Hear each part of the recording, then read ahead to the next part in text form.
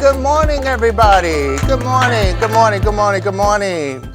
If you have a phone, you can grab my business card by pointing your camera at the QR code here. You can get my contact information, goes right into your phone, so you've got it, so you can call me, right? And if you be so kind, return the favor. Send me your contact information back so we stay in contact. One of the reasons why we come to these real meetings is for the teaching and for the networking. I heard it over and over again. We want to network, get to know more and more people. That might be another partner in this room that'll help you reach your goals. It is wonderful when we come together in real meetings like this. And I actually started one a year ago. We're celebrating our first anniversary next month in Suffolk. We meet in North Suffolk. Yep. Simply to get the word out about real estate investing. This thing is fantastic. I'll wait just another 30 seconds or so you can get the QR code. Great. And I'll show it again at the end if you haven't gotten it yet. All right. All right, let's see if we can get this thing going here. All right, okay, let me do an intro. I am the president and CEO of Prosperity One. That's my company. I'm the founder and the host of Team Blessing Real. We talked about that. I'm a former director of information technology. My background is engineering. Boy, isn't that wild to go from engineering to go to real estate.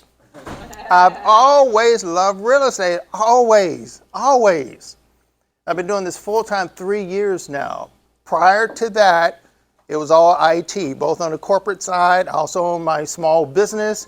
In computers, I've done that about half of my career. Small business, half my career. In the corporate world, I've absolutely loved that side of the business, loved it. In fact, I love small business so much, I actually wrote a book about it. I've written 2 books, one on the ministry side and one on how to start your own successful small business. You can get it on Amazon. Check me out. I kept hearing people in my church, they want to be entrepreneur like me, even as a bivocational pastor. I always kept a business on the side, primarily for the tax advantages. And that's why I got into being an accidental landlord for the tax advantages. I wasn't interested in cash flow, wasn't interested in appreciation. I was just interested in lowering my taxes because you want to make a high income, right? You want to shield that. It's not how much you make, it's how much you. Absolutely. Yeah, so I always loved real estate. Even thought about being a real estate agent at one point in time, part-time. Even thought about doing it because I simply love properties. Isn't it nice to go into a property and look at it? Isn't it nice going into a new house and just look at it? Just sweet. Anyway, so that's a little bit about me. As I mentioned, I'm a minister, I'm a speaker. I've authored 2 books. I'm the husband of Kathleen Jordan for 45 years. She took 5 years off of me. If you talk to my wife, she'll say, yeah, include that 5. That was another 5 years I had to put up with her. So, yeah, I have 6 children. They're all grown now. They're all married. Absolutely. All married. And all 6 of them have children except for 1. So we are still growing with the grandchildren. Seriously, we're still growing. No grades? No grades. No, I'm not that old yet. No. I am a Suffolk native. Grew up here. Long story, I won't even get into it on those of you who were there Tuesday night. I went through my whole background. I'm not going to bore you with that tonight. Anyway, we're here to talk about SubTo. How many have ever heard of Subject 2? Just raise your hand. Ah, nice. You've heard of it. Okay. How many have ever done a SubTo? All right. Well, let's do some more, okay? Let's do some more. I love SubTo. Love to. I love the creative stuff, okay? And somebody said in the back of the room, oh, I'm a little leery of doing a Subject 2. By the end of the day, you're going to feel comfortable doing a Subject 2. You will. You will. You're going to say, I want one. I'm going to go get one. All right, so let's go from there. Disclaimer, we're doing education today. I'm not offering any legal, accounting, or professional services advice. I do consulting. I'd have to sit down with you, see your situation, so we can properly apply it before I can do consulting. But we're doing general education here, and I think it's cool education that you can apply to yourself. I'm just letting you know, put a disclaimer up front. So I'm not going to assume anything. I heard some people say they were newbies. I heard some people with some experience in the room. That's awesome. This is where you come and learn, improve, get better, and do more business. This is awesome. So I'm not going to assume you understand anything. Subject to works if you understand all the nooks and crannies of it. And so I'm not going to assume you know anything. So we'll start all the way with basics. We'll start with definitions. Can we do that? Yes, sir. All right. Let's talk about title. Because sometimes you hear people talk about title deed. Let's get the terminology straight. Because if you got the terminology straight, you can do a subject too. What's a title? Title is simply a legal term which means ownership. Every time I say title, I want you to think ownership. Title. I own this. Okay? Title. With a title, you have legal rights, you have responsibilities, you have control over a property. That's what a title gives you. When you say that you own a piece of property, you're the person or entity on title. I'm deliberately going slow because I want you to get this.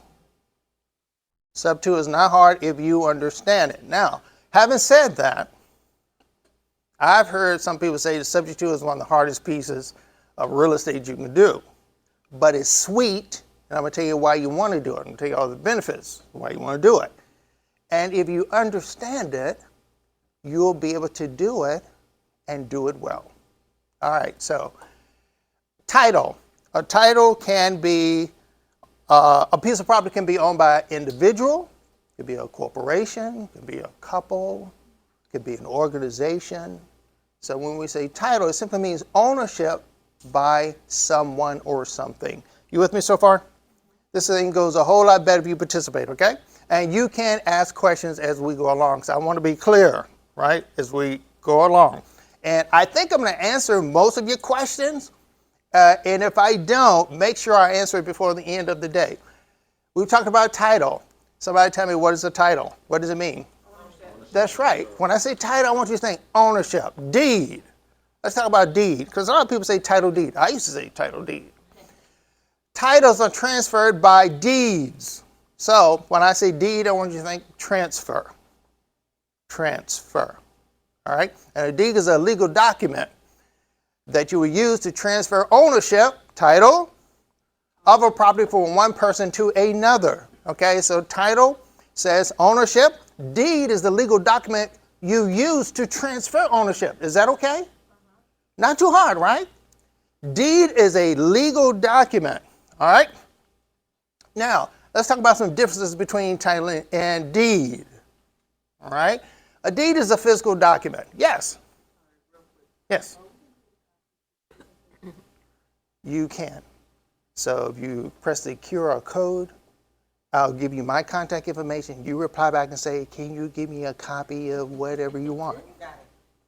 Yeah, yeah. Because you've gotten up at 9:30 this morning to be here, I'm willing to bend over backwards to give you whatever you need. You got it. Maybe I should have prefaced with this. My mission is to help you with yours. In real estate investing, this is beautiful because we help each other. I learned from my mentor. He learned from his mentor. And some of you newbies in the room, you're learning from me today. So I'm passing it on. I'm passing on what I've learned. That's what we do here. And so when you learn how to do something really well, pass it on, would you? Yeah. You can't go to a college and learn this. So let's go on. A deed is a physical legal document. It is recorded in a courthouse. You're going to find a document. You can go and find a deed. You're going to find it in an assessor's office or courthouse. All right? However, a title is not a legal document. You won't find it anywhere. It simply says ownership. It refers to ownership. Title is just a term that refers to the person or persons who own the property. But the deed is a legal document you can go and find. Are we clear on that? Yeah. And I'm going to say this repeatedly many times a day, so it's very, very clear, because SubTo depends on titles and deeds. Let's go on. And throughout the presentation, like I said, I'm going to repeat some things so that you get it. Because at the end of the day, even this young lady is going to say, wow, this is sweet stuff. I want to go out and do a SubTo. What's your name, by the way?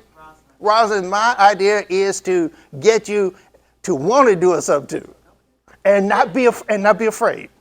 All right, so it's gone. Title and a mortgage. So we've talked about title, deed. Let's talk about title and a mortgage. A title proves who owns the property, right? We said a title. When I say title, I want you to think ownership. Is that correct?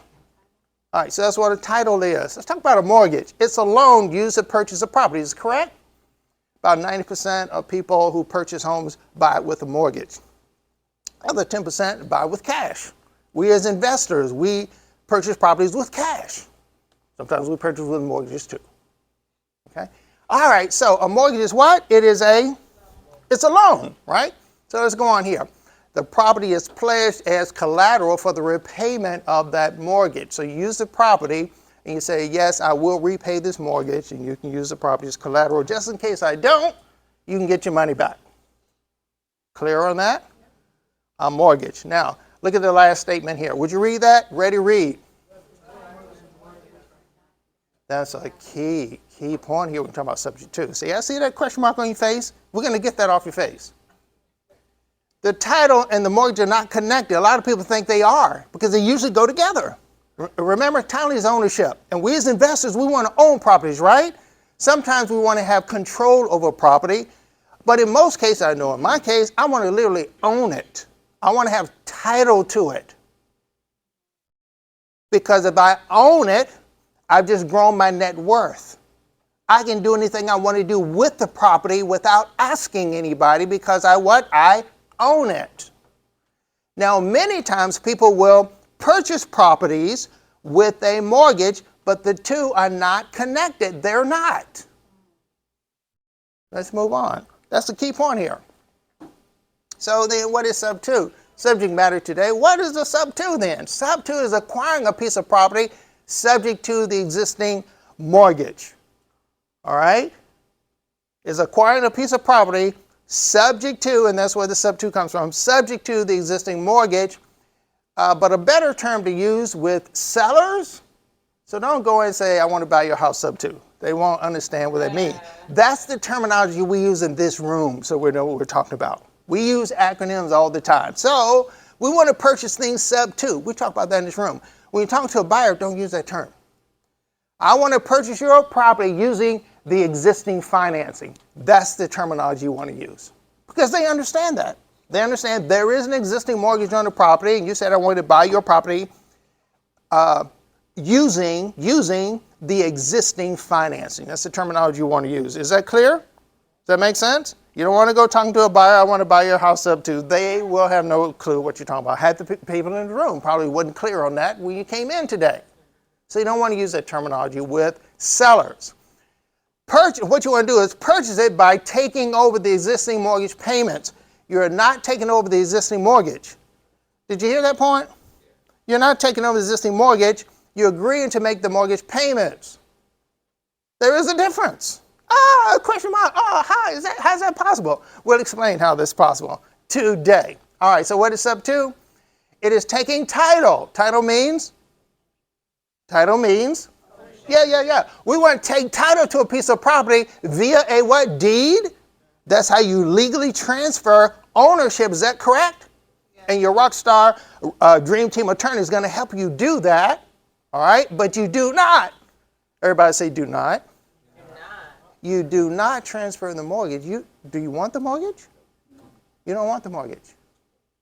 It's going to become clear. It's going to become clear. And you're going to say, wow, that's sweet. Isn't it sweet already? I'm acquiring property and I didn't even take over the mortgage. Yeah. That means I'm not tied down to that mortgage.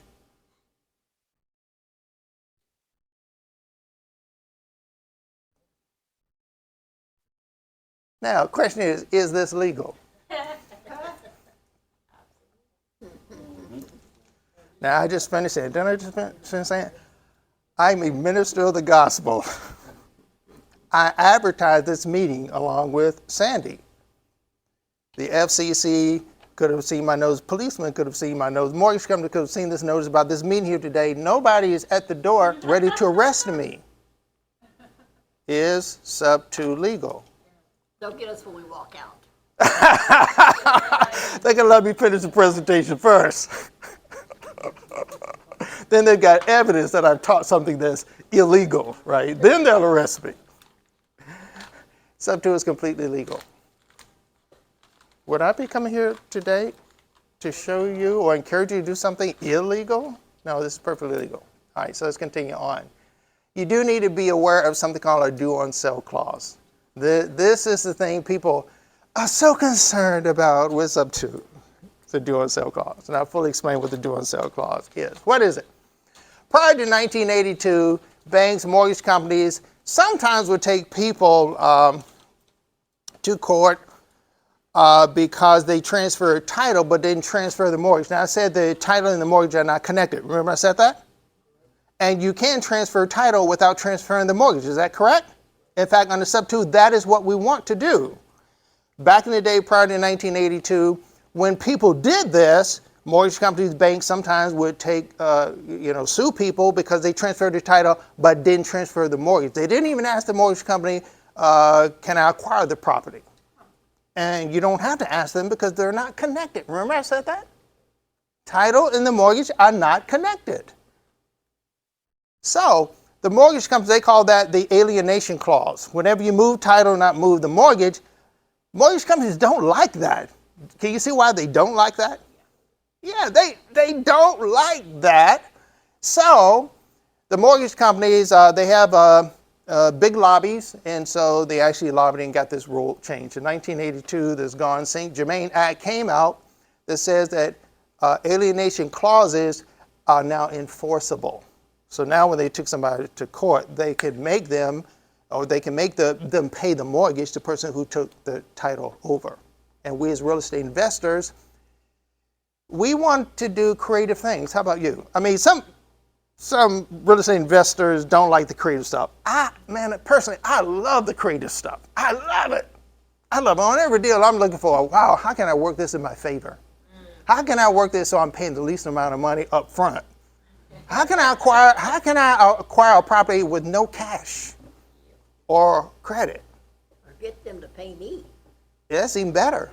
Okay, there you go. So I like the very creative stuff, and SubTo is one of those creative things that you can do. So we have to be aware of this due on sale clause, because now in every mortgage, and the mortgage paper is about that thick.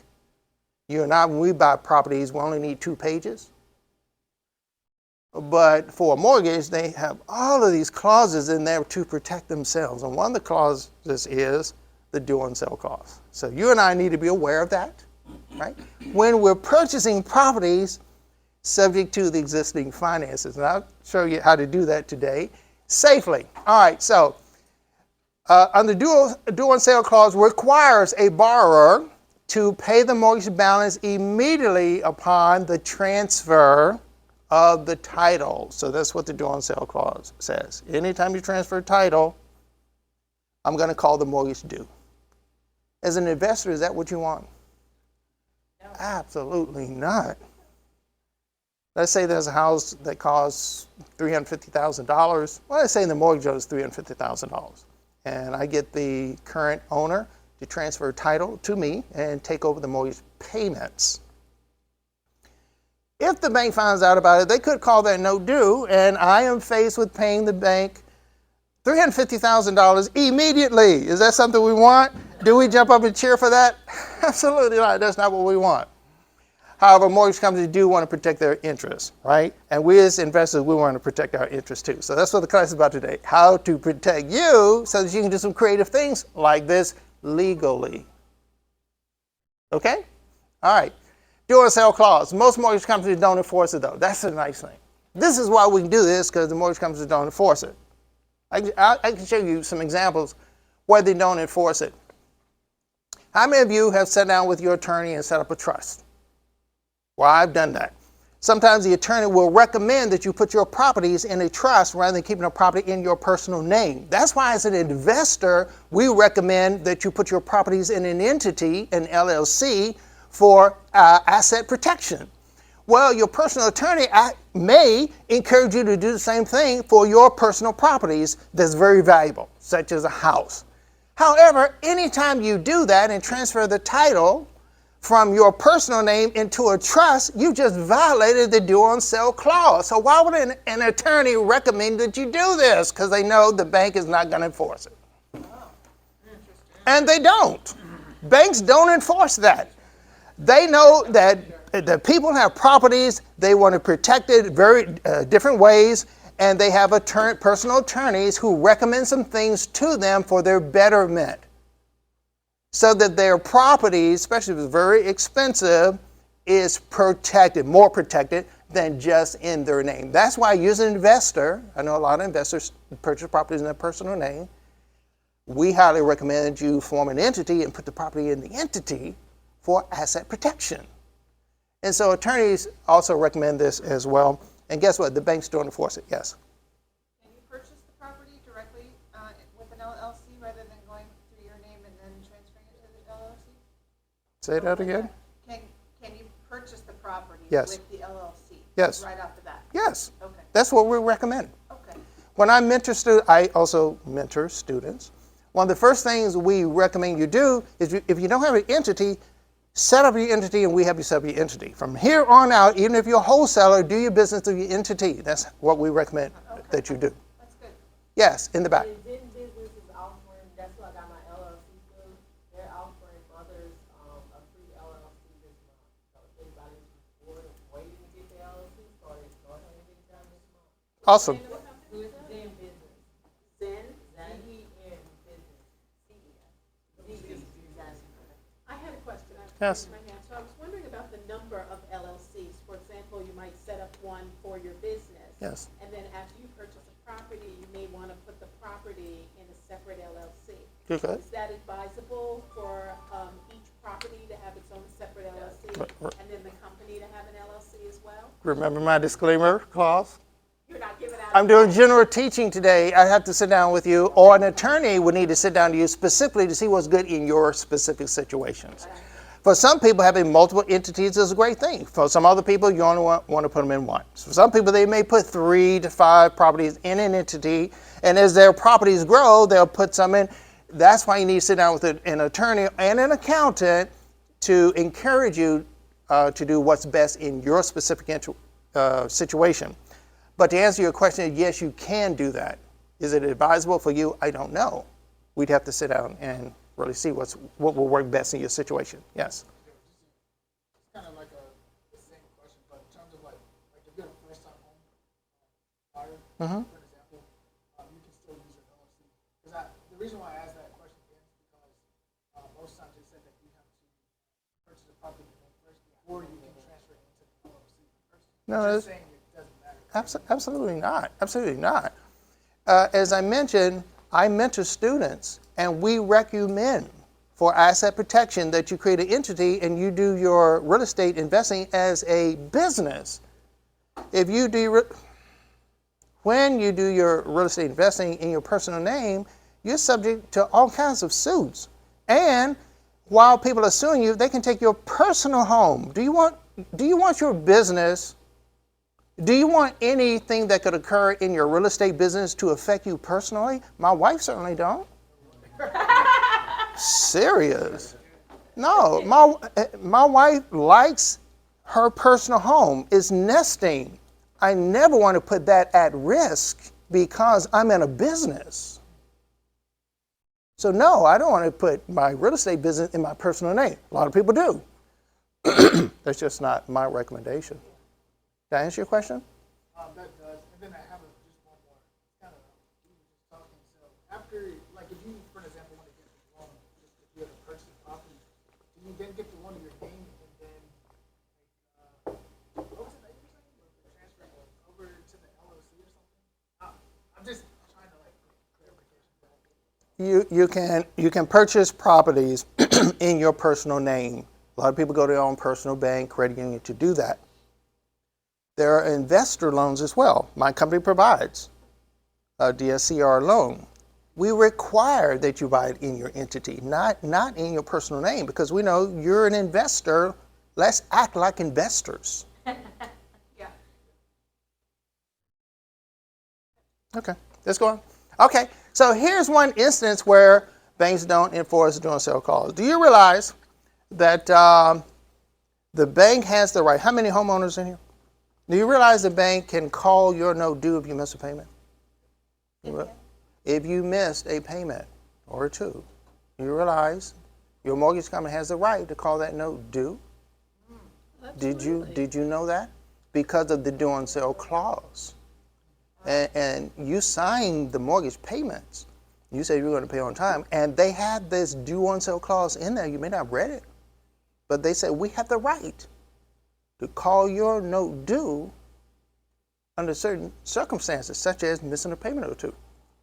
Do the banks enforce it? No. They'll let you miss 4 payments before they even start the pre-foreclosure process. Yeah. The point I'm trying to make is, even though the banks have the right to exercise the due on sale clause, they don't automatically do it. And I'm giving you cases where they don't. You can. How about through COVID? I know people who missed 2 years of payments, and they didn't call the no due. So they have the right. The due on sale clause is there. It says they have the right to call the no due. But in many cases they don't, which is good for us because we want to exercise SubTo, right? But we don't want them to call the no due. All right, here's another instance, and this goes back to your question over there. Let's say you purchased the property in your own personal name, okay? And then you came to a class like this, and somebody said you should be, as an investor, you should be buying your properties and putting your properties in an LLC for all the protections that an LLC provides you. And then you transfer through a real estate attorney. You say, hey, I want to transfer my investment properties into my entity. And your dream team attorney can do that very easily. And you transfer the property. Guess what? You just violated the due on sale clause. And they have the right to call that no due. Do they? But they have the right. I'm going to ask a dangerous question. How many in the room have done that? Bought properties in their name and then transferred into their LLC? You can do that. In fact, a lot of real estate agents start that way. I buy them on personal name. They come to a class like this and say, I need an LLC. I need to be doing my business in an LLC. So start transferring. You just violated the due on sale clause. Okay, I just gave you 3 instances where mortgage companies can exercise the due on sale clause. Typically, they don't. Now, let's take a hypothetical. Let's say you got all excited about SubTo. You went out today, you found a case where someone was in foreclosure or pre-foreclosure. You work the property and say, hey, I will purchase your property using the existing finance. And they say, okay, I'm behind. This is just tough. Can you help me out? I don't want my credit to be tore up because the mortgage is in my name. When I stop paying the mortgage, guess what? It goes to my credit. It's to make my credit score lower. And we, as problem solvers, we say, I can help you with that. I'd love to be able to purchase your property from you, we use that here, using the existing financing. That's the terminology you want to use, okay? And let's say you bring the mortgage current, all right? And let's say you make the payment on the 1st of the month, every month. You know, sometimes when you own a personal home, they give you until the 16th or 17th to make the payment. And so a lot of times we wait until the 15th to make the payment. No, as an investor, you're going to make the payment when? You're going to make it on the 1st of the month. So as an investor, you come in, you save this family, you bring the mortgage current, and you start making the payments on the 1st of the month by automatic payment because as an investor, that's what you do. You run a smooth operation here. Now, is the mortgage going to call that no due? What do you think? You're paying the mortgage better than the person they wrote the mortgage in the name of. Are they going to call your note due? Seriously, mortgage companies, they're not in the business of calling notes. They're not in the business of doing that. Can they? They can. But they're not in the business, yes, of calling notes due. Yes. So when you take over that mortgage, it's going to be in their name. Yes. The people that you got to send it to. You just go online and you don't change anything. They give you their password and then you just start paying it? Excellent question. If I don't answer it later, I have a slide on it later, but I'll answer it. Okay. Call me on it. Bring the question back if I don't answer it, okay? But I think I have a slide on that coming up. Mortgage companies, they're not in the business of calling notes. They're not in the business of searching who changed titles either. Can they? They can. Under certain circumstances, they might. But typically, do they? The answer is no, they don't. What are mortgage companies in the business of doing? Making money. Exactly. They're in the business of making money. Let me show you an example. All right. How many people when they were in school, they hated math and will admit it? Okay. For a moment, we're going to look at some math because this is an excellent illustration of why you want to do SubTo. I want you to understand how mortgages work.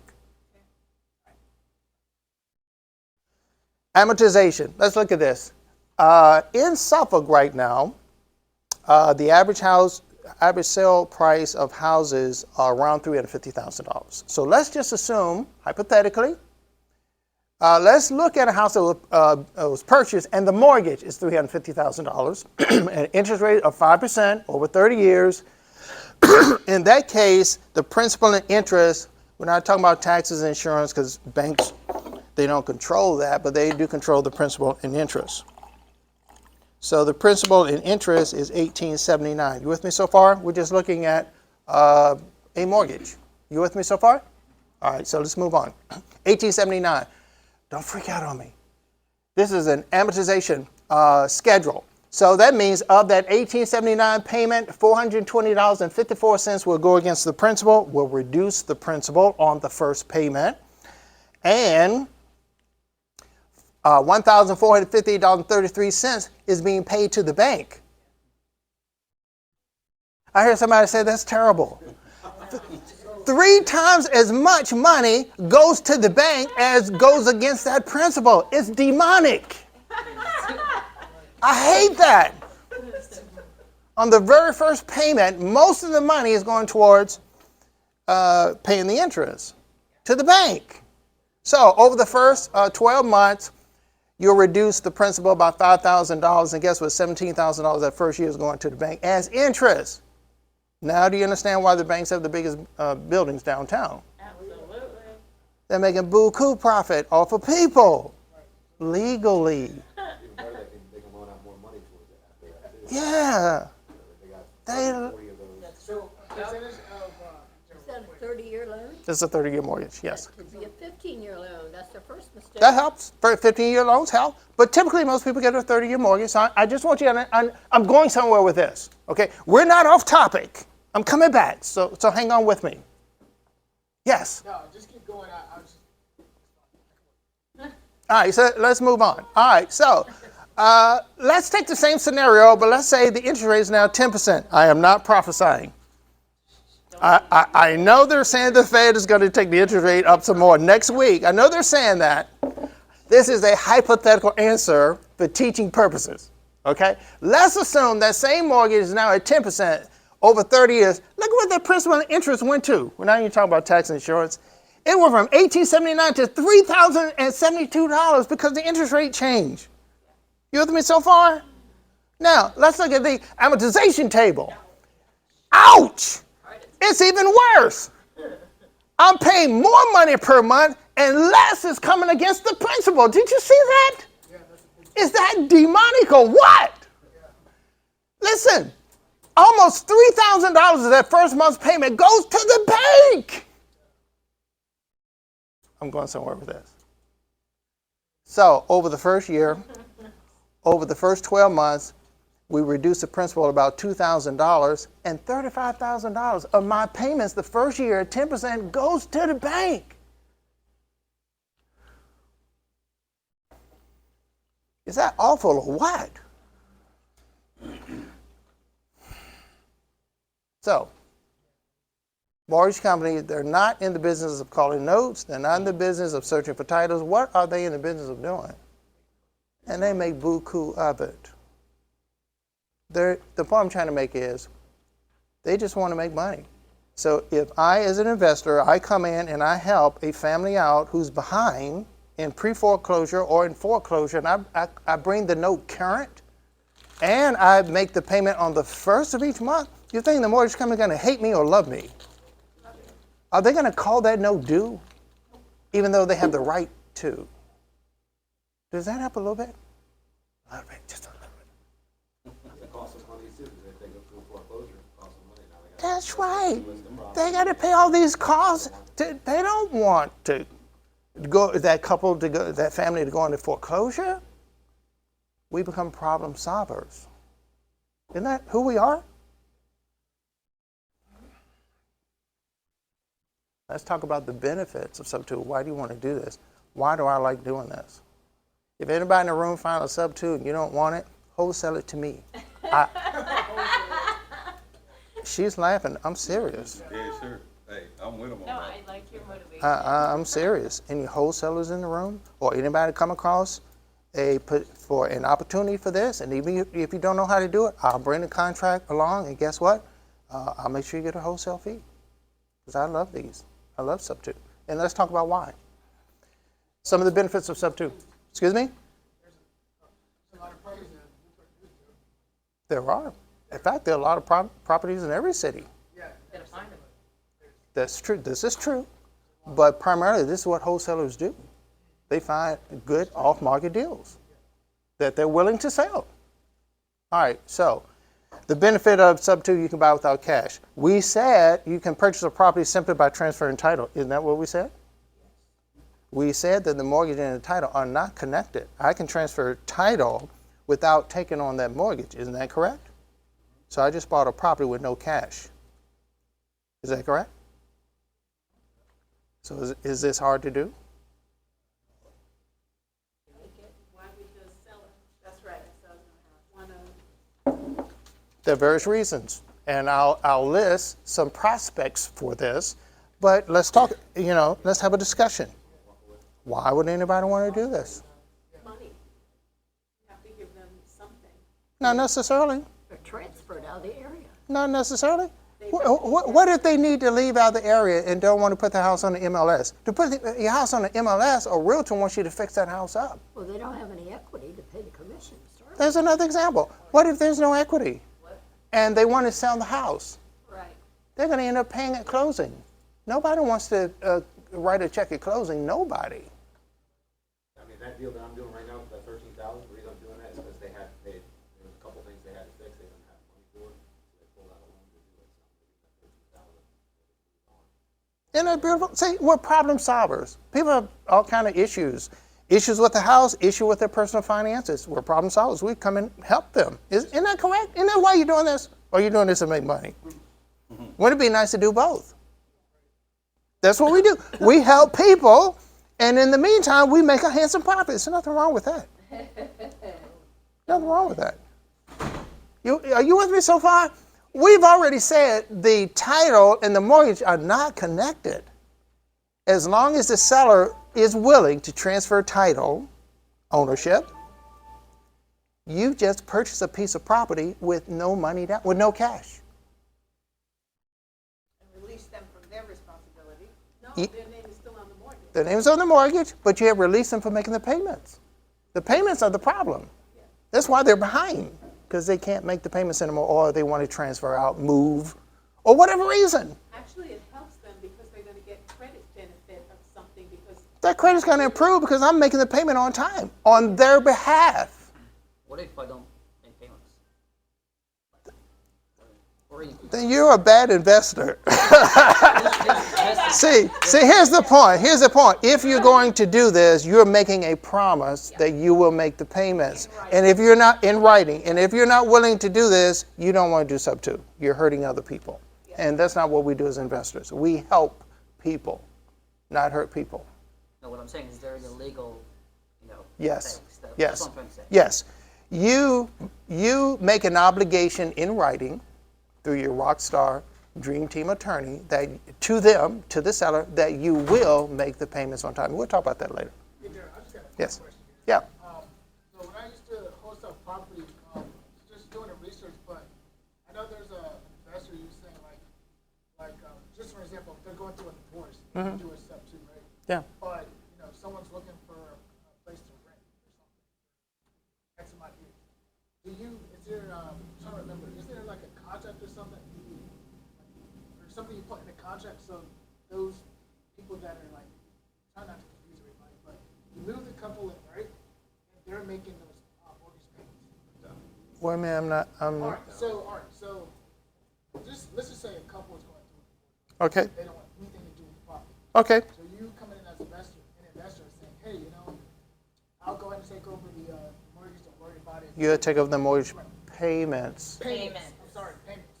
But you will they move out the property, right? But Yes. you move somebody in because of Yes. for a rental.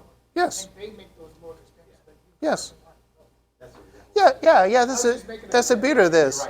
You can buy a property subject to, and then have a renter pay the mortgage and make cash flow in the process. Mine already has a renter in it. When I'm purchasing, Yeah. like they literally already have one that's been long term. Right. So you don't pay the Automatically cash flow. No, my renter is going to pay. Okay, I just That's correct. Or you can do this and flip. You can start the process, right? Flip the property, and then the mortgage goes away. But you still acquired the property with no money, no cash. And that's why we said SubTo, you have the ability to buy with no cash. That's a benefit. So if the renter, to his question, if Yes. the renter is paying the mortgage, Let's use our terminology correctly. The renter is not paying the mortgage. The renter is paying you or your entity. Your entity is now paying the mortgage. And when you subtract the two, the difference, cash flow, your entity gets to keep. And that's why we're in the business of buy and hold, right? One of the reasons. For cash flow. And I'm interested in high cash flow. This is one of the ways I get high cash flow. Did I answer your question? All right, so one of the benefits is to be able to buy without cash, no down payment, right? All you need is a dream team, real estate attorney that can do this all day long. Now, not all real estate attorneys know how to do this. Not all attorneys know how to do this, and not all attorneys who say they're real estate attorneys know how to do this, because the first one I bought. In fact, my first deal was a SubTo. See, this is not hard. Even a newbie could do this.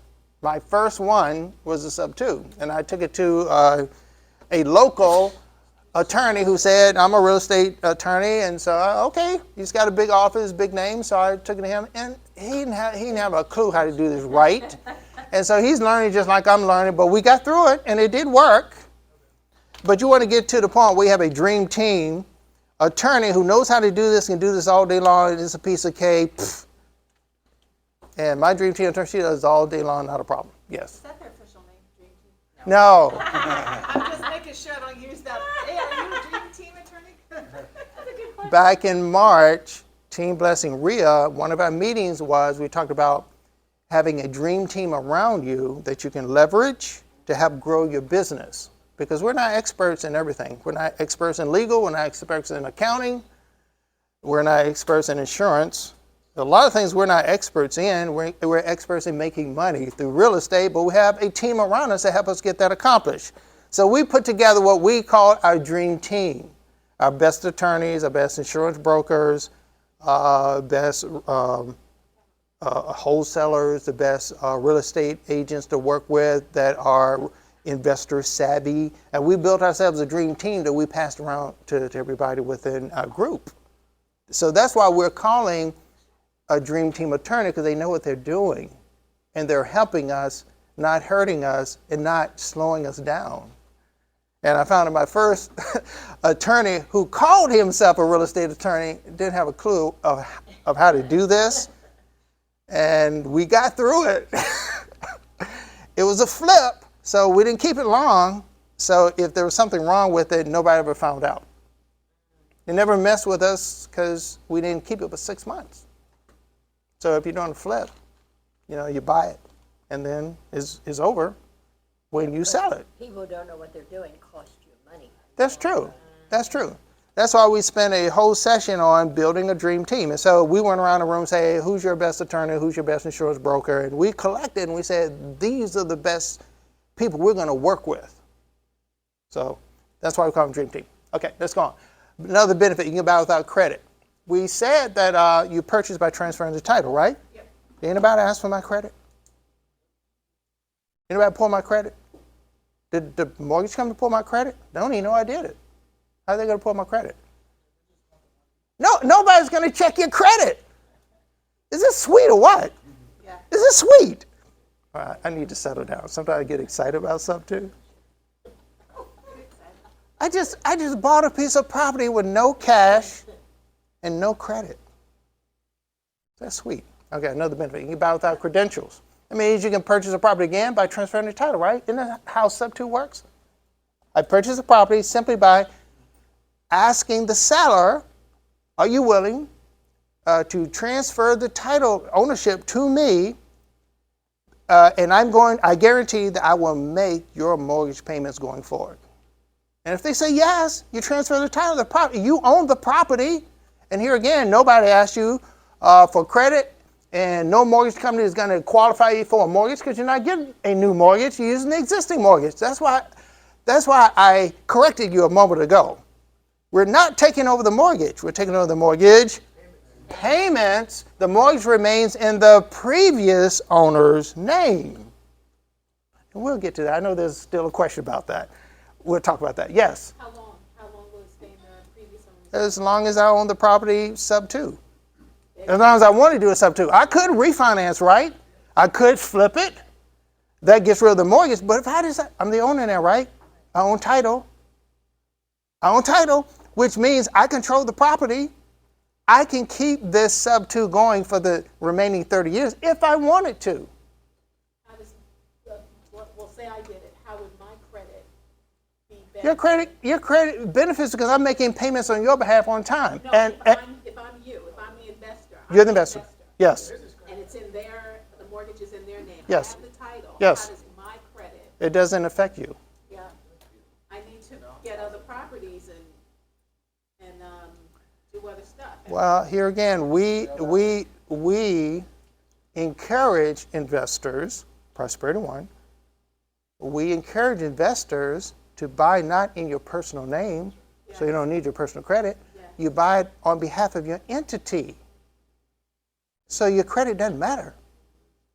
I offer DSCR loans.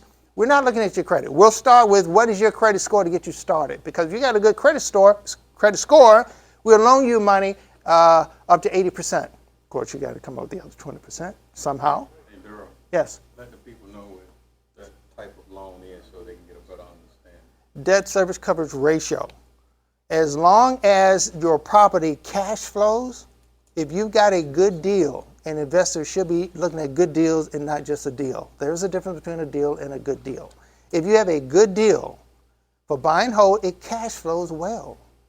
In my case, I'm only interested in properties that cash flow at least $600 a month. That's me. That's me. Some people like $100 a month. Some people like $200. Listen, Bigger Pocket says that if you have a buy and hold deal, and after all expenses, you're cash flowing $100 a month, that's a good deal. That's what Bigger Pocket say. I mean, I hear you shaking your head, but that's what Bigger Pocket say. They're the biggest website for real estate investors. They have the biggest podcast for real estate investors, and they say if you make $100 a month, it's a good deal. They say if you make $200 a month with all expenses, I got to keep saying all expenses because a lot of landlords don't include all the expenses. You include all the expenses, you're still making $200 a month. They say, man, that's a home run. Bigger Pocket said that. That's what they say. I'm only happy if I'm making $600 a month, at least. So, having said that, I can get a DSCR loan because this property performs. It's going to pay the mortgage, and the investor is going to have a lot of money left over. Therefore, my underwriters are willing to give me an investor loan for this. Does that make sense? And it has nothing to do with my personal credit. Again, we start you off to see if your credit is good enough to give you 80% LTV, loan to value. Is there a question? Y'all asking a lot of good questions, but you realize this is elongating the presentation. But these are great questions, by the way. Go ahead. No, go ahead and ask the question. I'll speed up. Just the DSCR, you said at least 600 cash flow. What if you don't have your renters in there yet? How can you predict? I mean, besides comps. There are different places you can go and see what the average rent is for that neighborhood, that type of house.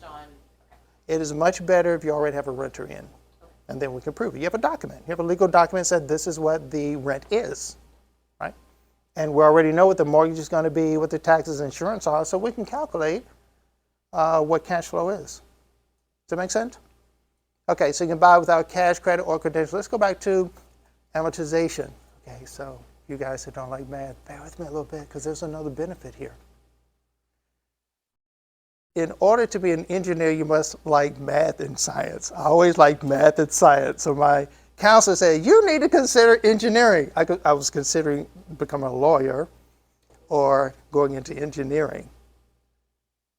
They encouraged me to go into engineering, so I went into engineering. I like math. That's why I like the creative financing stuff. So bear with us a moment here as I get this next benefit out. Let's look at this again. A benefit is you can purchase a property with a paid down mortgage.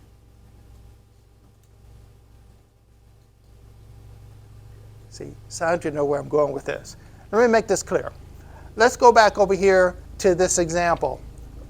$350,000 mortgage, 5% interest, 30-year mortgage, principal interest is $1,879. Okay, we looked at this before and we said the first month's payment is going to be that. It's going to be split that way. Remember we said that? Remember we said that? Yes, no? Do you remember that? Okay, this is the very first payment. First year, $5,000 is reduced on the principal and interest of $17,000 goes to the bank. Let's take the next scenario. Let's look at this mortgage 15 years down the road. Right. What happens 15 years down the road? This is the beauty of the amortization table. And if you understand this, you'll see another benefit in here of SubTo. You are buying properties that somebody else has already paid the mortgage down for you, and in year 16 now, guess what? $888.90 is being reduced from their principal. And as you continue, more and more money reduces the principal faster. Isn't that beautiful? Now your money's working for you. The farther this gets down in the amortization table, the more it works for you. That's sweet. Okay, so now after year 15, now $10,000, $11,000 comes against the principal for that year. Only $11,000 goes to the bank. Now, you wait one more year. After year 16, there's going to come a point here where, wow, now more of my payment is coming against my principal and less is going to the bank. Woohoo! This is awesome. I don't want my money going to the bank as interest. I want my payments to benefit me. Yes.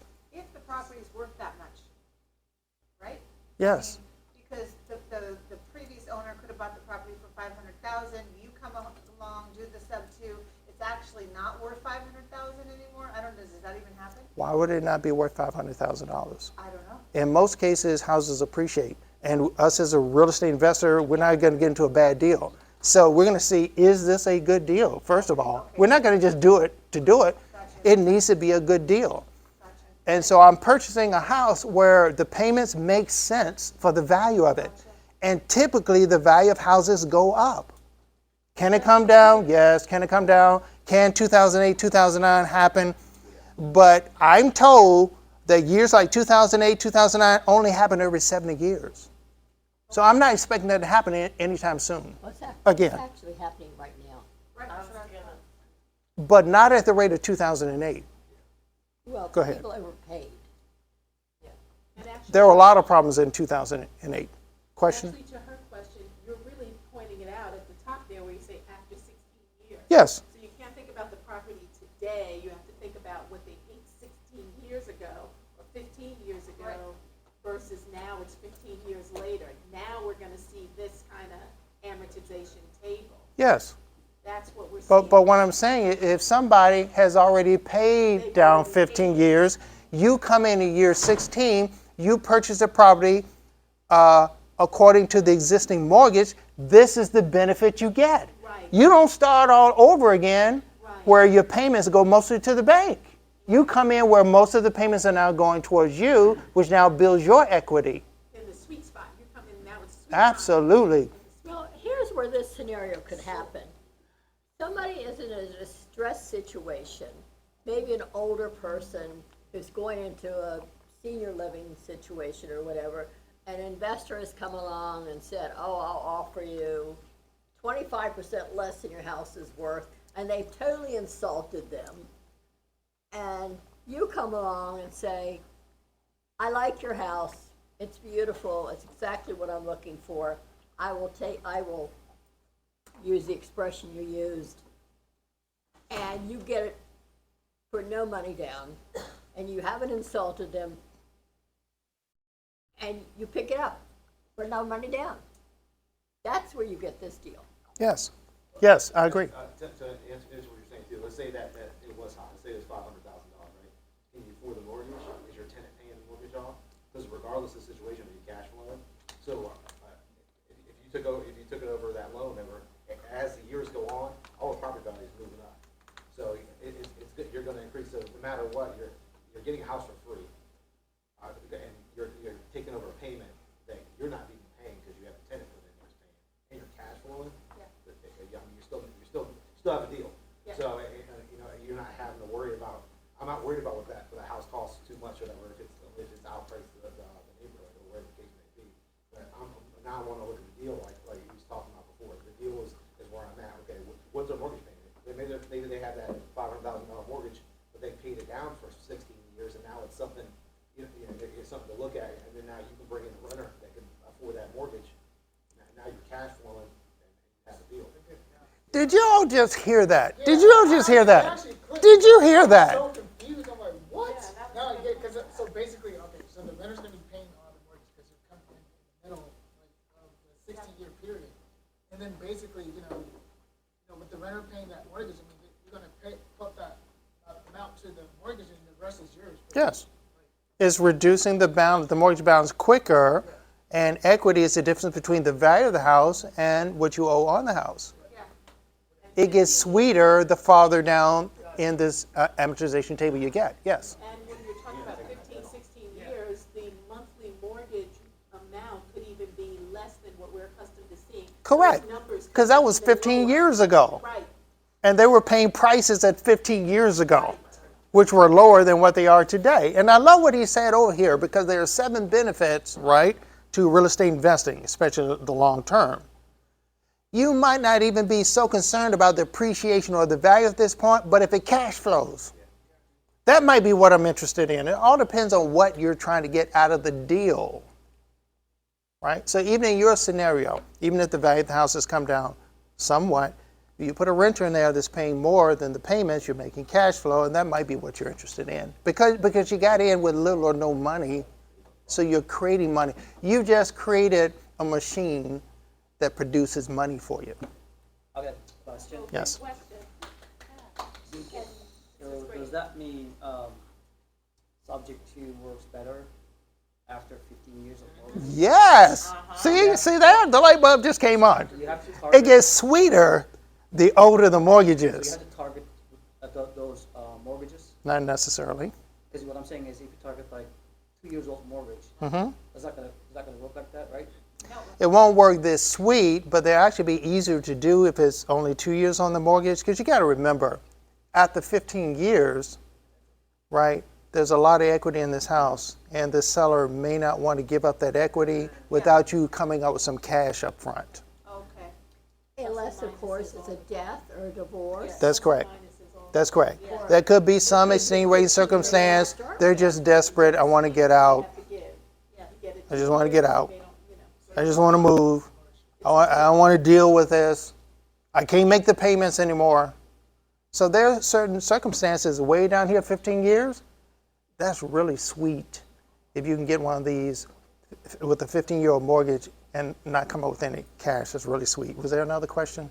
I was just gonna say, that's where I hear all that creativity that you were talking about. Mm-hmm. How many, it's really fun if you can think about how, all the different ways that you could do it, the 2-year, the 15-year. Like, if you get into it, it could be a little bit of a puzzle mentally to play with.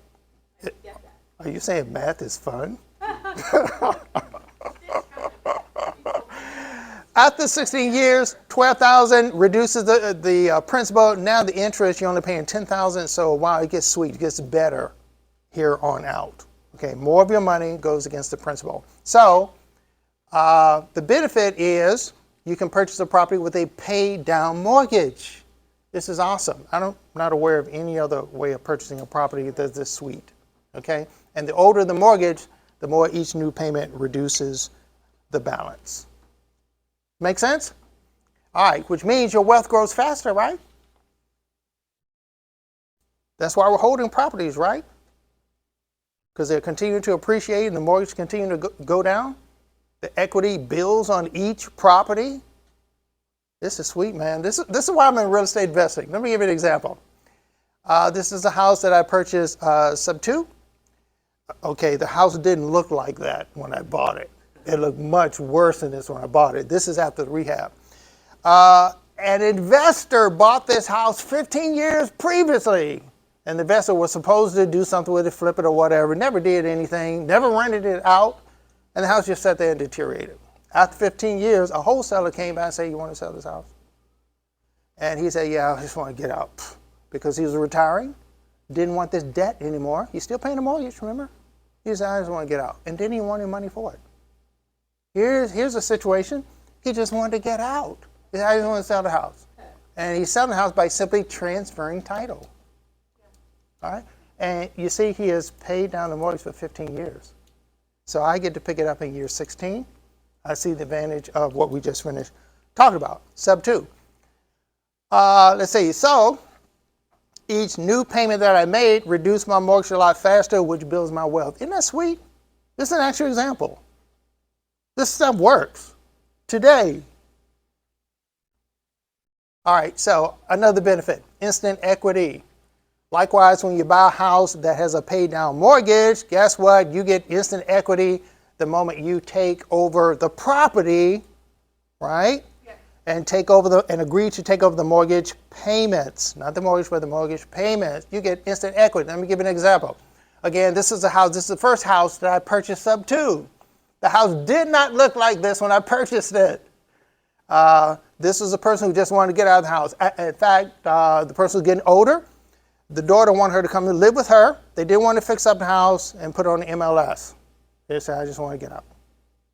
All right? In fact, this house had... Alice, you did a great job. Well, thank you. This house had plants growing up here in the gutter. So, because the husband had died and she wasn't going to get up on a ladder and clean the gutters, she just wanted to get out, go move with the daughter. Okay? So here's an example. I bought a SubTo. The mortgage was $146,000. The value of the house was $205,000. Guess what? At closing, I picked up instant equity of $59,000. You guys see that? The difference between the value of the house and the mortgage is the equity. I own it because we transferred title through a deed. We didn't Not enough for an investor, but great for a subject to. Yes, immediately. On that particular day we closed, my wealth went up immediately $59,000. Now, what if I did that 10 times this year? Mm-hmm. That's how you build wealth. Question, they didn't want any of that 59,000? They wanted some money, So we agreed that I would give her $12,000 in addition to making the mortgage payments. They realized the property was not well maintained or Yeah, they just wanted out? Yeah, they knew that. Let's go back. Okay. So the equity was 59, subtract out the 12,000, okay, that I gave her for the right, the privilege. So I paid her some money for the privilege to purchase a house using existing finances. So did I answer your question? You do what you need to do to get the deal. Okay? So this is not a no cash. I paid some cash, but it was worth it for me. Because I bought a house without getting a loan, without using my cash, without looking for another private lender. I used the existing financing. That's what SubTo is, purchasing using existing And when finances. did you have to give her the cash? At closing. Okay, so you did give cash then out of your pocket, but you're sort of. Out of my entity's pocket. Entity, so you're folding it into that equity though, so that's. Yes. Kind of what, yeah. Yes. Questions? You do what you have to do. I mean, all of these are not no cash. They have the opportunity to be no cash, but I do, as an investor, I do what I need to do to get the deal. Because you don't have an agreement until you agree. The seller wants something, I want something. At the point we both get what we want, that's when we have an agreement, we have a contract. Consideration is what they call it. Yeah, I don't have a contract if I'm saying, no, I'm only going to purchase your house with zero cash out. She'd have kept saying, no, I don't have a deal. I wanted the deal, and so I gave her what she wanted, and she gave me what I wanted. All right.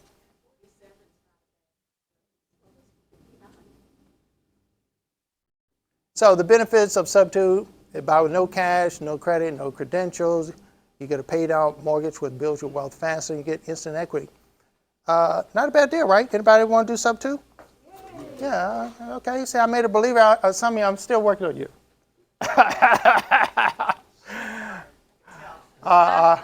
All right, so who are I know we've been going along so far. I'll speed up a little bit.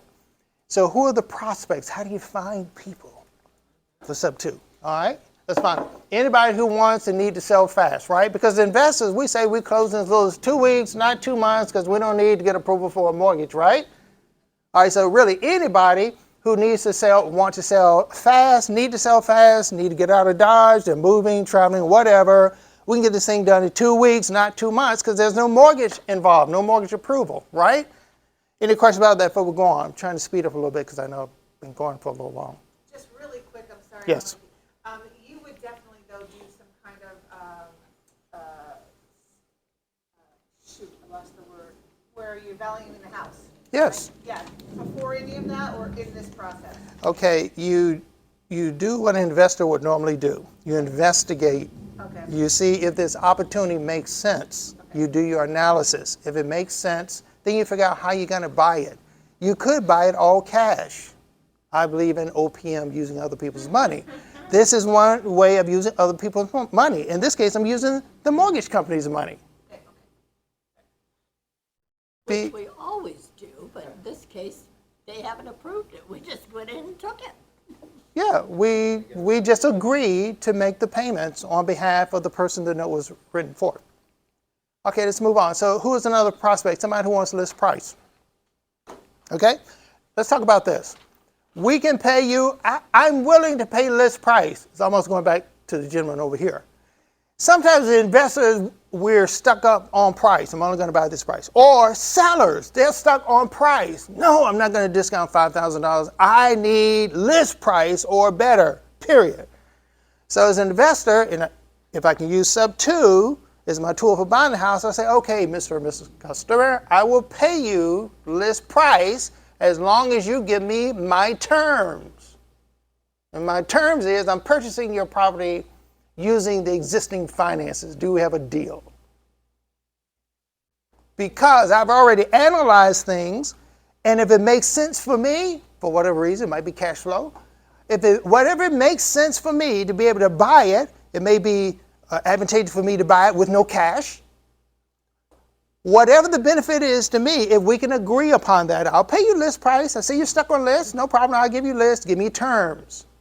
As long as you give me terms, I'm willing to pay you up to. Now I'm not going to just say, okay, I'm going to pay you list. I'm willing to pay you up to list. We're still going to try to negotiate it down. But I'm willing to go up to list as long as you give me my terms. Because with my terms, I've already analyzed this can be as long as it's a good deal.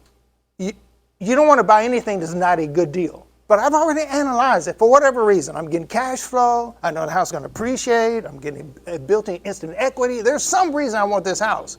If there's a benefit to buying this house, I may be willing to pay you up to list. So who are the prospects for SubTo? If the person can't sell the house because they are stuck on list, then I'm willing to come in with this. I'm willing to pay you up to list if you're selling the house using existing financing. They become a prospect for me, okay? Expired listings. There's a reason why this house didn't sell. It costs too much. They're asking too much in the wrong location. Condition of the house is not good. There's some reason why this house didn't sell. I'm willing to purchase this property from you at your price, again, as long as you give me my terms, right? I'm willing to pay you up to list, even in this high interest rate market. Now, I've already analyzed this. This is a good deal for me to buy this, even at list. There's some reason why I want this house, and I can make this work. I'm willing to buy it, but you got to give me my terms. Yes? Realtor here. Excuse me? You're not using a realtor. No realtor. Yeah, no realtor. That's correct. I'm using my 2-page contract, my 2-page SubTo contract. My regular investor contract doesn't work here. Can I ask a question? You may. When you refer to the list price, are you saying like if I have a house and the mortgage is 100, I only go 150, but Zillow is saying it's worth 200. I want 200 for it. Is that what you're talking about when you say list price? it's got to make sense. I'm assuming that your list is somewhere around ARV, not twice ARV. It's not going to make sense for me to pay twice what the ARV is, but usually the list price is somewhere around ARV. So I'm saying, as long as it makes sense. To me, the way I rent, I get high cash flow. So I'm willing to pay you up to list if you give me my terms. There's an advantage for me to buy your house with little or no money cash, because money costs money. If I'm using my own money, I could have used that money for some other deal. Instead, I'm locking it here. If I borrow the money from another money lender, I'm paying interest for that. If I'm using a hard money lender, if I'm going to a bank, money costs. So it may be to my advantage to acquire your house using the existing finances. I don't have to use my credit, because if you buy enough houses in your own name, you're going to get to a point where debt to income is not going to allow you to buy anymore. Yes. This will never go to my debt to income ratio. Never. Never. Because I'm never putting the mortgage in my name. It's not even in my entity's name. Me or my entity is never bogged down by this additional financing that I'm using. This is like free financing just came out of the air. This is a beautiful thing. Because in order to be a good investor, you need good deals and you need money. You have to have the both. You can have all the good deals you want. If you don't have the money to buy it, it doesn't do you any good. You can have lots of money and can't find a good deal. You need both, right? So I need a good deal and I need the financing. This is one way to get the financing.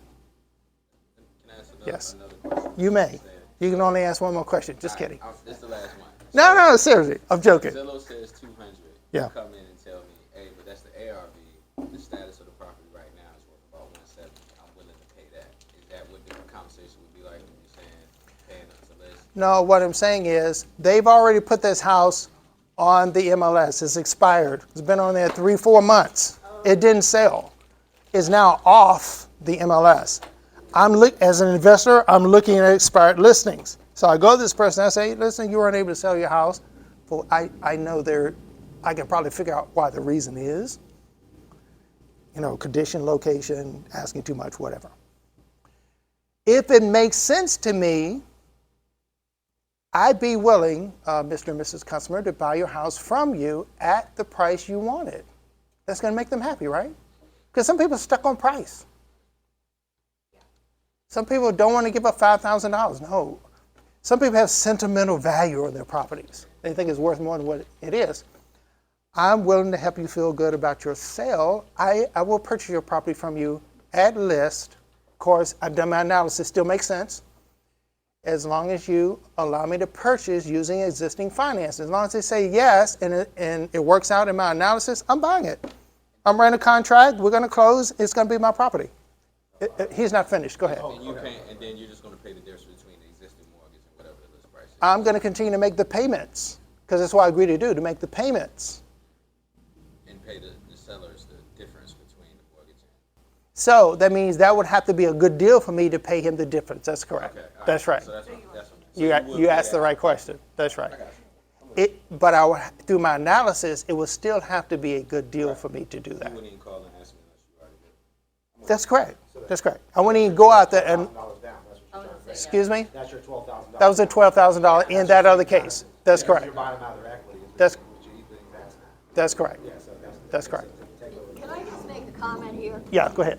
When I was working in residential real estate, one of the things, and I was the top agent out of 4,800 agents. I specialized in expired listings, and 9 times out of 10, it wasn't the property. It was that the agent who had the property listed didn't know how to market the property. I would invariably sell that property within 3 weeks after listing it. Wow, it was never the property. Never. So the agent, how does that help what? They want to put the price too high, or what were they doing? They weren't marketing it. They weren't marketing it. Yeah. Yeah. I've had No that. one knew it was for That sale. was hardly ever the problem. The property was hardly ever the problem. Yes. So do you go after a lot of owner financing houses? I do rent to own, but I don't do owner financing. No. Do you go after a lot? For So instance, like like what? Yes. Yes. Yes. I noticed this when we got done with the meeting Yes. last time. We're looking for the deals. I drove down the road, there's a house there. He originally put up there for sale by owner. Yeah. So I was immediately gonna call him and do this, work on this, the subject too. Right. With him, but then, it was the next day, he listed it with a real estate agent. So now I'm waiting. Yeah. I'm waiting for him to go ahead and to fall off or to expire, Mm-hmm. and I'm gonna call him. Yeah. Seller finance is awesome. Yeah. That's another way to finance your purchase. Creative financing. Another creative way of financing a purchase. I'm wondering why there's many reasons. Sometimes it's they're a real estate agent, whatever the case may be, but they're owner financing. They're doing it for a reason. Mm-hmm. They're doing it for a reason. If they own it, capital gains, they own it. So What if they're doing seller finances, usually the case is there is no mortgage, or the mortgage is way down there, and they're like giving you a second mortgage. Okay? Yeah, I'm talking about like for sale by owner. That's what I'm saying. Mm-hmm. So if they're selling it by themselves, there's usually a reason why they're selling it. They're trying to skip out on. They're trying to save commission. Whatever, trying to save money. Trying to save money. Sometimes they're willing to work a deal out. Or they feel like they can do this. I mean, another realtor, if they're already a realtor, they can just sell it themselves. I was just curious if you use that. And there are tools out there that help you sell it yourself to potentially save the commission. Okay? Expired listings.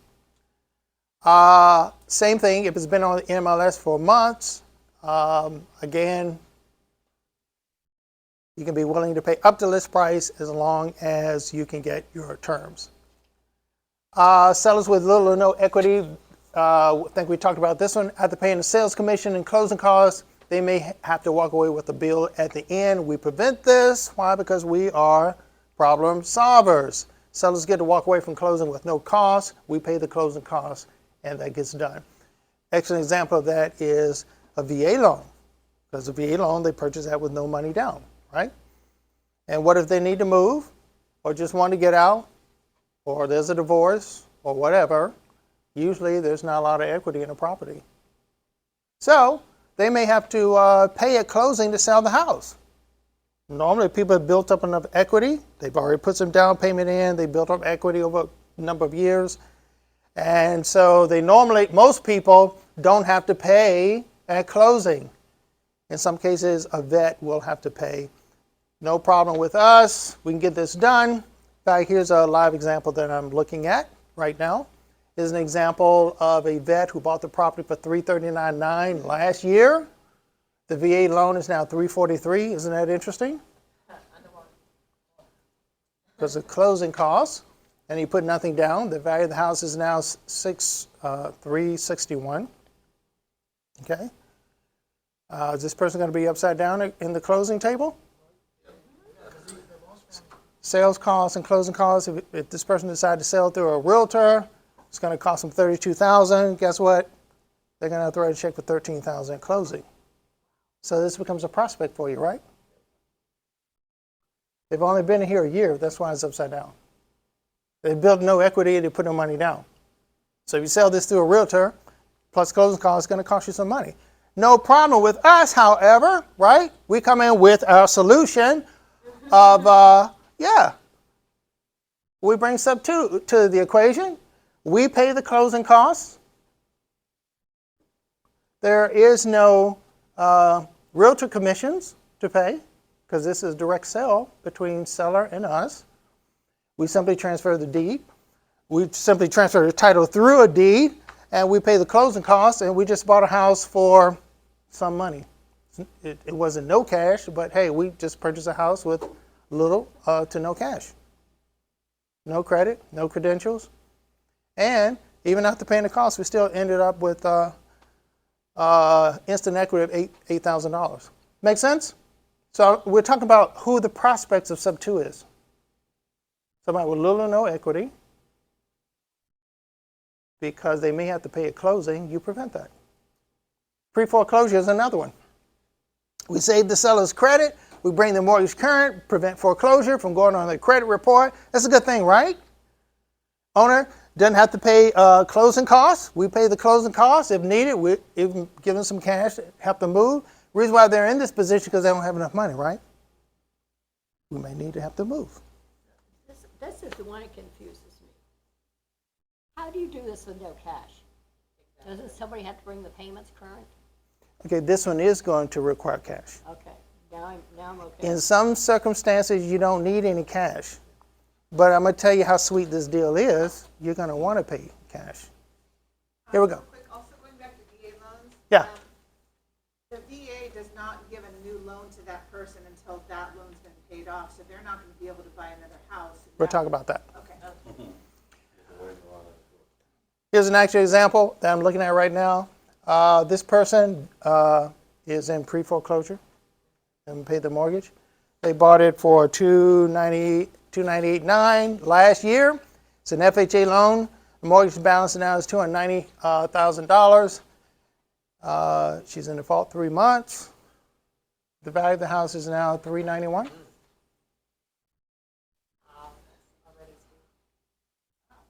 Equity of how much? Even if I've got to come up with some cash to buy this, that's still a sweet deal, right? I would suggest that's an inflated value. Excuse me? Stop showing the good stuff and show what's really out there. I'm showing you, these are real live examples I'm working on. Yeah, that you working on, that you can find. I would double check that value. You can find these too. Okay, well, give me this. Well, I'm telling you who you look for. Look for people in pre-foreclosure. So I guess the question is, how much hate did you have to dig through to find these? I found this one off the MLS. This was a person trying to sell the house themselves. There's a reason why somebody's trying to sell the house themselves. Why you're not using a realtor? I made the phone call. I went over there. I talked to the person. And you find out that they're behind in their mortgage. I would suggest you double check the value because they have gone down 25%. Sales are down 25%. I'll say something to that, Sandra. Go ahead. Honestly, I'm doing an ELOC on my personal residence right now. And I just increased value after 1 year because I did a refinance. Yeah. To pull money out to buy properties, whatever. I was like, it just went up $26,000. The property for my property. The value of my property was $26,000. So it's still, it's still out there. It's just depending on that, like depends on the area. And like I said, I'm lucky enough. I bought my house for so cheap. Yeah. For what I'm looking at, values are still appreciating. Yes, interest rates have gone up over the last 2 or 3 I'm not months. saying there's not value there. I'm just saying I would double check the value. This is the current value. This is not old stuff I'm showing you. We're back to the foreclosures, okay. I'll go the other way. So I'm willing to pay some cash. This deal is not going to require any credit, no credentials. I get an instant equity of $100,000 minus my costs. And I'm willing to come up with some costs on this. All right, so the benefits are little to no cash, SubTo, no credit, no credentials, pay down mortgage, instant equity. Make sense? Is that why you want to do it? Anybody in the room want to do it? Are you willing to do these now? Still skeptical? All right. So how do you process these? Very carefully. This is where I need to take you because there's still some fear. I don't know if I want to. Let me show you how you process these. First thing you're going to need is a great SubTo contract. This is neat. And let me give you some of the terms you need in your contract. Number one, a clear term that says you are buying the property or purchasing the property subject to the existing mortgage. I even put who the mortgage company is being collected by so and so. My contracts, I list clearly this is what I'm doing. I'm purchasing this property subject to the existing mortgage. I'm clearly putting this in because the seller's not going to come back to me and try to sue me later and say they took my house and I didn't know what I was doing. I've even bought one of these from a wholesaler and the wholesaler put in bold letters. I'm buying this from you and the mortgage will remain in your name. The wholesaler is really making it clear what we're doing.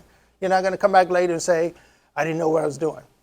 I even put a clause in here that says the seller acknowledges that the existing first mortgage will remain and is not being assumed by me, the buyer, but will be paid by the buyer. So I want to make it very clear in writing. You're not going to come back and sue me. We've talked about this. We have it in writing. This is what we're doing. I'm purchasing your property, transferring title through a deed, and I'm agreeing to make your payments. I want to make this very clear. I've had this discussion. We'll put it in writing. I want to put in writing what the mortgage is I'm taking over, what the mortgage balance is. At closing, the mortgage shall be no more than this. I want to know what I'm getting into. So I'm going to have a clause for that. I'm going to have a clause where it talks about what the principal and interest is. I'm going to be very clear what I'm doing. I'm taking over the payments, and the payments is this amount. Remember, the seller and the buyer, us in this case, we're both signing this. And we're doing this through our Rockstar Dream Team attorney. Do you have the attorney's fees in here someplace? Yeah, then my attorney's going to get her fees. It's not going to be in my contract. Bank's attorney's fees for the mortgage, for the foreclosure. No, I'm going to bring them current at closing. I'm bringing this current. So this is not a no cash deal. No, but I'm saying, is that in the contract someplace, Yes, the contract is going to say I'm bringing the mortgage current at closing. including the attorney's fees for the foreclosure? That's a good point. Maybe I just went through that too fast. When I acquire the property, I don't want any problems with the property. So at closing, we're clearing up everything. This house is not going to be in foreclosure anymore. I'm bringing it current. Me, because the previous owner did not. But remember, if there's equity of $101,000 in there, I can afford to pay $10,000 or $20,000 or $15,000, whatever it is to take to bring it current. It's to my advantage. This is not a no cash deal, but this is a great equity deal. But the bank Rep- is certainly going to know that you're taking over the loan. Not necessarily. Now we are going to transfer title because we're going to be completely above board. We're transferring title. Title means I own it, right? I know there's some things like land trust and it tries to get control of a property. I don't want just control. I want to own it. So literally my Rockstar Dream Team attorney is going to use a deed to transfer the ownership to my entity. I'm going to own this at the end of closing. And I'm willing to pay some money to make it current because I don't want a problem property. It's going to be current. So I'm coming up with some money to do this, but look at the instant equity I'm getting. Right. So I'm doing this for the instant equity. I'm getting another property. It's going to cash flow. You could flip this if you want. I could wholesale this. This works for wholesaler too. You could lock down a great deal like this and put your ability to assign it in the contract. You said you do more than 600 cash flow per month, right? Yes. So would you accept to do like maybe 200 per month for this one? Just because you have, Maybe just because you for have the instant that much equity. The answer would be yes. right? Yes. All things being equal, there's nothing else I'm concerned about, not a lot of massive repairs. Yeah. Because you have lots of equity? Yeah. Instant equity. I do it for, wouldn't you? You know, 7 benefits to wholesaling, cash flow might be one, appreciation another, this instant equity. So I do it for technically, instant equity. this is subject to, Yes, this is SubTo. Everything I'm talking about is SubTo. but it seems like this is going, well, I think you're thinking that SubTo has to be no cash. no. Purchase with no cash, okay? I'm thinking that the bank is clear that you're taking over this loan. Let me put it this way. We're doing everything publicly and above board. And I said a while back, do banks spend their time seeing where titles have transferred? Do they spend their time doing that? No. They don't. No, of course not. Is there a possibility they may find out? Possibly. Yes. Well, they wouldn't care if the interest rate's higher than what, high. Why would they go back anyway? But, just, well, I don't want to confuse the issue. Would there be a circumstance where the bank might be interested in a title transfer? If interest rates are really high and you had a low fixed in that. Let's say we're transferring a property that had a low interest rate. Interest rates are higher now, much higher now. Let's say interest rate went to 10%, and the mortgage I'm taking over was still at 2%. Yeah, Would a bank be interested in calling that note? don't know yet. Maybe. If they call the note, who are they calling the note on? Not calling on me because the note's not in my name. They're calling the note on the previous owner. The previous owner may or may not be able to pay. They're in a pickle, aren't they? You're right. They're looking at what is my probability of getting my money? Should I leave everything alone and let this investor continue to make me payments? I think I'll do that. Yes. And here's one thing I noticed too, I don't know if you guys know, but I can call on any of your mortgages and make Wow. Okay, question. Yes. Are you selling this contract, or are you giving the name of the attorney that wrote this contract? Excuse me? The SubTo contract Yes, that you're uh-huh. using, are you Yes. selling it, or are you giving the name of the attorney that wrote the contract? Either or? I have acquired a contract through my attorneys that I use. Yes. I Are do you sell that sharing I information? sell Are you it. selling it? I sell it because it costs me money. Right, so are you gonna give that information to people? Yes. Yes. My QR code, that's my business card. If you're interested in buying the SubTo contract, I'd be willing to sell it to you. You wanna give us a cost for that? In the neighborhood of $500. I'm sorry, In the neighborhood of $500 for a contract? for a contract. For a SubTo contract, specifically to SubTo. This is very different from your normal investor contract. Normal investor contract, you don't need these terms in there. Remember now, if you're going to do this, you need to make sure it's tight, proper, because you don't want it called on you. Yes? Yes? See, I want to alleviate her fears. And this contract alleviates her fears. All right, so what you're going to need is a great contract with some terms in here, like buyer will pay the cost to bring the, I'm putting this in my contract. Again, it's pre-foreclosure. So if it's pre-foreclosure, I want a good property that I'm acquiring with no problems. So I'm going to bring it current. And I'm going to start making the payments on the first of each month through automatic payment. I'm not even going to think about it. Every first of the month, I'm not going to wait the 15th. I'm going to be the best customer this mortgage company has ever had. And why am I going to do that? No red flags. Because I don't want them calling the note. The reason why I'm doing this is because this is some financing that came out of the air. I didn't have to qualify for it. I didn't have to show any credentials. Right. It's a sweet deal. It's not on my name. It's not even on the name of my entity. This is free money. How many substitutes do you have? I have 3.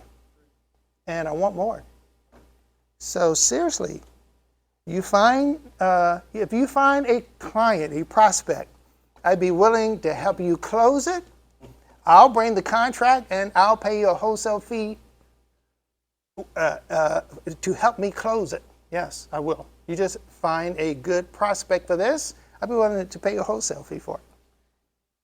Or a referral fee. Even if you just say, I know of somebody, I don't want to be involved, but I'll tell you about them.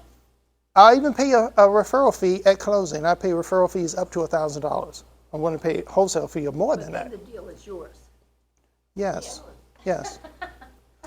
Or if you want to do a SubTo and you want my help in doing it, I'll partner with you on it. And what would that cost us? Oh, we'll just agree on what, the split would be. Because it's $500 for a copy of a contract that an attorney would do for $250. No, I don't know of any rock star dream team attorney who will do it for $250. Well, I need to know who you're. No, I like mine. I like mine. Regent University. Question. Will you bring the mortgage up to date or current? That's a Yes. lot of money Calling, for a you're like, two "Hi, piece of my- paper. I'm not saying my name. But it's rock solid. Do you call them up and say, hey, I'm bringing this current? No, you just do it. You just do it. Oh, Just- you don't have to do anything with the bank, you just say it's $10,000? yes, you need to know who to pay, Okay. and you need to know how much to pay to bring it current. Confirmation email like, hey, you're up, you're current. So when you close, you're going to get a specific power of attorney for this property. That gives you the right to represent the owner to the bank. So immediately at closing, day after closing, I'm going to call this mortgage company and say, hey, I have a specific power of attorney. I am representing so-and-so. She has now given me the right to manage this mortgage on his or her behalf. Blah, blah, blah, blah, blah, blah, blah, blah, blah. Because you want to begin to making that payment on the first of each month, you need to know exactly who to call, the account number, blah, blah, blah, and all that. I'm introducing myself to them. I'm being completely above board. That's how I recommend you do this. Yeah. Now, SubTos in the past, used to do land contracts and try to hide it. And we don't want anybody to know we're doing this. No, we're completely above board. I haven't talked about it yet. She got ahead of me. She got ahead of me. So what do you need? A good contract. And I'm just saying, we have some terms in the contract that you really need to make sure this thing is clean. And if I want to give the buyer some money at closing for the right to do this, say I'm willing to pay for it. I'm willing to pay a wholesaler. I'm willing to pay the seller for the right to, because why am I willing to do that? Because it's a sweet deal. I found money out of the air. And I acquired property with instant equity. I'm willing to do it. Reason why this is for pre-foreclosure. These are some terms that you could put in your contract. The reason why they're letting me buy the property because they're already having financial issues. And I'm a problem solver, and I generally want to help people. Remember I said I'm a minister? If the people need help moving on to their next destination, I'm willing to pay them money to do that. I'm willing to put some money in their pocket. I'm willing to help them move because I don't have an agreement until we both agree. I want them to feel good about their sale. I want to feel good about my purchase. So I may put a clause in there that even allows them to stay in the property if necessary, right? So that they're comfortable with the transaction. We're not vultures. When I say we're problem solvers, I really mean that. There are people all the time who go through divorce, death, disability, financial issues. There are lots of crises. Life just happens, doesn't it? Life happens. And some people end up in a financial strait. And we as real estate investors, we get to help those people. Sometimes money will solve people's problems, and we come to the table with some money to help solve problems. You record the deeds? Absolutely. Yeah. Yes, absolutely. Remember I said we're completely above board. My rockstar dream team attorney is going to transfer title through a deed that gets publicly recorded. Love it.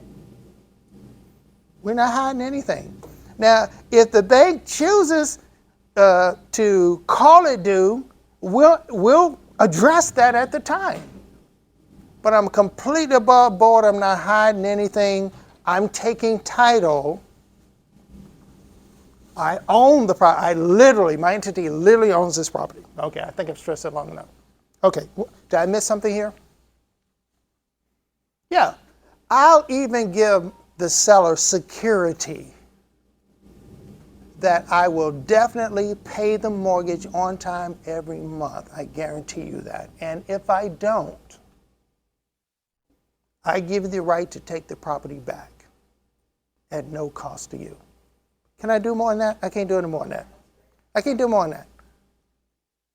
It'd be cool if I got a subject to from a dodgy person on my own home. Then they'd probably default and I'll just get my home back and then they pay my mortgage. They probably won't put this clause in. No, I put this clause in to assure the seller I'm going to follow through on my commitment. I'm not a vulture. I'm here to help. You get help, I get help. How does the seller know when you've made the payment? The bank will, may not because I've told them to contact me. Eventually, if they find out, for whatever reason, they do have this right. They can call and check the bank themselves periodically. They can just call the bank. Is he making the payment on time? No. He or she'll say, is the payments being made? Are you getting the payments? Because she could say, well, I've got a company managing my payments for me. I just want to make sure they're being made. Because banks will provide that service. Or if she still has online access, she'll see it. Nowadays, that's Debt to income.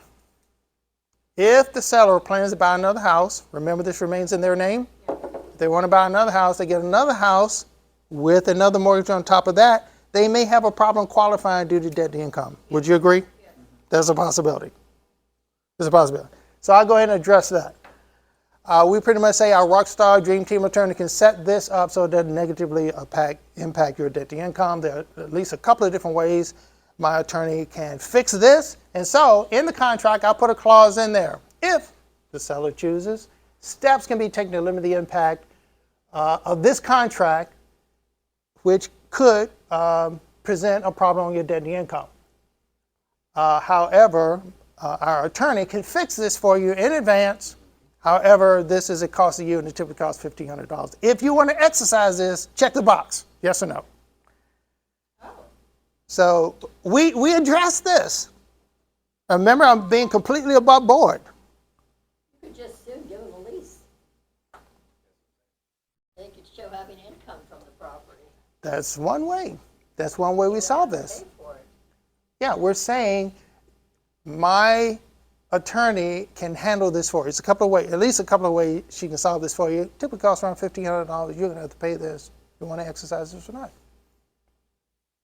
In my experience, people said no because they don't want to pay the money. So, but I'm addressing, again, I'm completely above board, right? All right, so what's the process? All right, we need a good contract. Number two, we need a good attorney. All right, and we need an attorney, and we're doing this completely above board, publicly declaring to the whole world that we're transferring title through a deed. We're putting title insurance on this because we want to make sure there are no problems. Nobody's coming out of the woodwork later and saying, oh, this property really belonged to a distant uncle. No, we're going to put title insurance on it. And if that uncle shows up, the title insurance is going to pay for it. This is my property. I own it.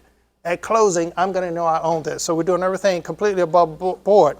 I'm also working with a real estate attorney that's a title company that knows how to do this. So my attorney knows what I'm doing, working on my behalf, and she's doing all this transfer. They're the title company. She's making sure this title is clean. I want clean title. In my opinion, real estate investing should be no guesswork. It shouldn't be, I hope this works. I'm going to set this up where I know it works. Okay, so I need a dream team attorney. And also I need a dream team attorney that knows how to handle assignments. You know, some attorneys don't know how to handle an assignment. What if I wanted to put this on a contract and sell it to you for $18,000? In my contract, there's going to be a clause that says I can assign this to anyone. And my attorney, if I want to sign it, should be able to handle this at closing. Single closing, not double closing. Make sense? Okay. Does it work for a wholesaler? Does this work for a wholesaler? Can we go back to the closing process? Sure. You didn't mention homeowners insurance. Yeah. I'm going to talk about insurance in a moment. Can you hold on? Well, we're running short on time, and I didn't know if you were done with the Yes. closing I'm going to talk about process. insurance. I'm going to talk about insurance. It's really important. In fact, insurance is where this usually goes wrong. The insurance person you use, that's the person that usually notifies the bank there's a problem here, that title is transferred. So if you want to know where the problems come from the investor who didn't make the mortgage payment on time, and that's silly. The investor just shot himself in the foot by not making the payments on time. Make the payments on time. The second major way to get messed up with a SubTo is having an insurance company that notifies the mortgage company that the title has transferred. Because if you're trying to get the insurance in your name and you change your name because you now own it, they're contacting the mortgage company. Okay, so does it work for a wholesaler? Yes. Does it work for fix and flip? It works really well for fix and flip because you're not holding SubTo for 6 months. Does it work for a buy and hold? Yes, if you're doing it correctly. Because remember, you're keeping this, and you could keep this for another 15 years. You could keep it for 30 years. And you want to be smooth sailing, right? You don't want problems once you get into this. SubTo will work for all these. So the process is, you need a good contract, a good attorney, you need a good specific power of attorney. And your rock star dream team attorney is going to write you up a specific power of attorney so that you can now contact the bank. And to the bank, you're operating as the person who's managing the property on behalf of the person whose mortgage is named in. Even though you own it, you're not going to tell them you own it. You're saying you are managing the property. Remember, we're keeping everything above board. We're talking to the mortgage company. Don't you want to know what the balance is? Don't you want to have online access? Right? So the specific power of attorney allows you to do that. You're going to pay the mortgage on the first of each month. We already talked about it. You're going to pay the taxes on time. You know what? The municipality that's charging you taxes, they will find out that ownership has changed. But that's no problem. They don't care who pays taxes. They don't care. They just want to make sure somebody pays taxes, and they don't care who. You don't have a problem with taxes. If you're going to have a problem, it's going to be with the insurance company, which is the reason why you need a rock star dream team insurance broker who works with investors. He or she knows exactly what you're doing. And when they contact the bank, they're going to contact and use the same verbiage you would use. You're going to use a broker. And there are two ways you could do this. This is our recommended way. You keep the policy in the previous owner's name. I'll explain that in just a moment. And under lost payee, you use your entity or any other private lenders that you're using. Okay? So you're going to keep it in the previous owner's name. Is the bank going to have a problem with that? No. So when you update the policy or get a new policy or cheaper policy through your Rockstar insurance broker, they're going to bring your costs down. Remember, we want cash flow. Lower our costs, increases our cash flow. So we're going to get a new policy, could get a new policy on the renewal, and you're going to keep it in the previous owner's name. So the bank's not going to think anything strange here. The lost payee is going to be the mortgage company, and you add your entity to it too. If you happen to use private lenders, you're going to add them as a lost payee too. This is the recommended way we say you handle insurance. But you have a broker who knows what you're doing, works with investors. That's something to do like for a HELOC or whatever, because then you gotta add that, whatever that bank is, that's doing the loan. Yes. Your insurance Yes. as a payee as well. Yes. If you like have a HELOC on it or a second mortgage, yes, there will be lost payees. Yeah, And then you add them to your insurance. that's correct. That is correct. Any question about this? The insurance broker, that's for like home insurance, right? In this case, since we're using it as a rental, this is going to be a landlord's policy. Or if you're using it to flip, then it's going to be a builder's risk insurance policy. But you're only keeping that for 6 months, 9 months, whatever. So that's like PNC, probably. I'm just kind of like, Well, I use builder's risk as a flip that protects you if something goes wrong during the rehab. Landlord's policy is when you're just renting it out. Okay? That's how you handle insurance. Another way to handle insurance is get a separate policy. So some people do sub-twos, they leave the first policy alone and they get their own policy protecting them, but you're paying double the cost. There's two ways you can do this. Might be three, but there's two ways you can handle it. But the problem will come out of your insurance, so you want to handle that with care. Are we getting a little more comfortable here? Yep. Yeah, getting there. Okay. Questions? We're at the end. Done. Any final questions? We're done. Whew. Y'all ready to go out and do sub-twos? Yes. Yes. Yeah. All right, let's go around the room. Ready to do a sub-two? I thought about this last week, so Yeah. Mehmet, you ready to do a sub-two? When I'm ready. What'd you say? When I'm ready. When you're ready, what you do is partner with me. If you're kind of sketchy, you're not sure how you do it, you partner with me. I'll help you do it. Next, you want to do a sub-two? Yeah. Ready to do a sub-two? Absolutely. Ooh, I like that. Yeah, definitely. Yeah. Hopefully. Yes. Ooh. Today. I like that. All right, let's thank the presenter for this excellent presentation. Thank you so much. You guys are great, bud.